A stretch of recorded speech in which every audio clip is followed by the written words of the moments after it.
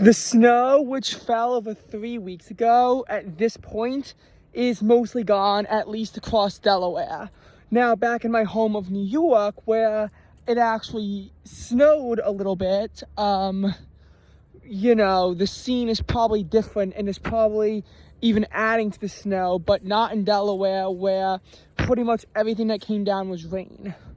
Temperatures rebounded into the 40s during the day, and dew points finally rose above freezing too as they reached the 30s.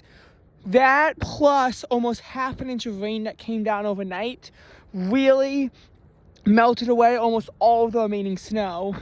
And honestly, the precipitation that fell is actually giving short-term drought relief.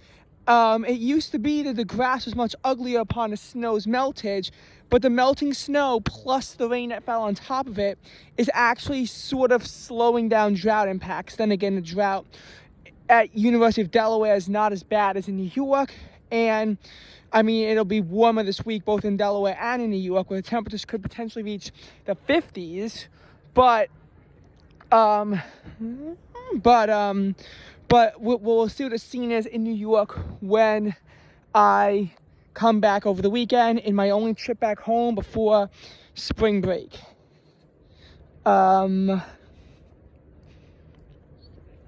Now, as for why the snow stuck around for so long and why we had a near record snowpack, well, so basically,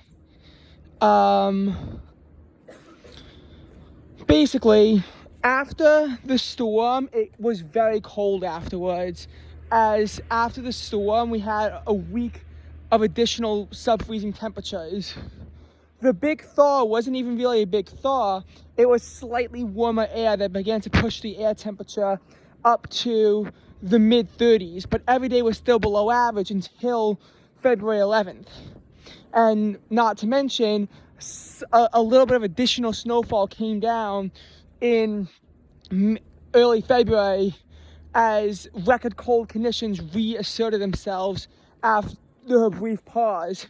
February 11th was the first time Central Park rose above 40 in 3 weeks.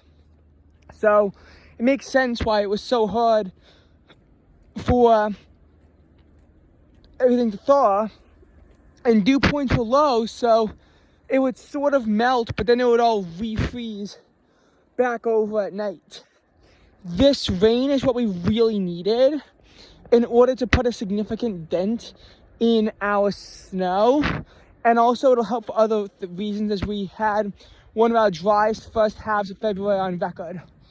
We're still on pace to, at least in New York, have our 9th consecutive month of below average precipitation. We have not seen a month with above average precipitation since May 2025, despite several intense storms. Usually storms would be erratic and sparse, hence why we are seeing drought conditions reassert themselves.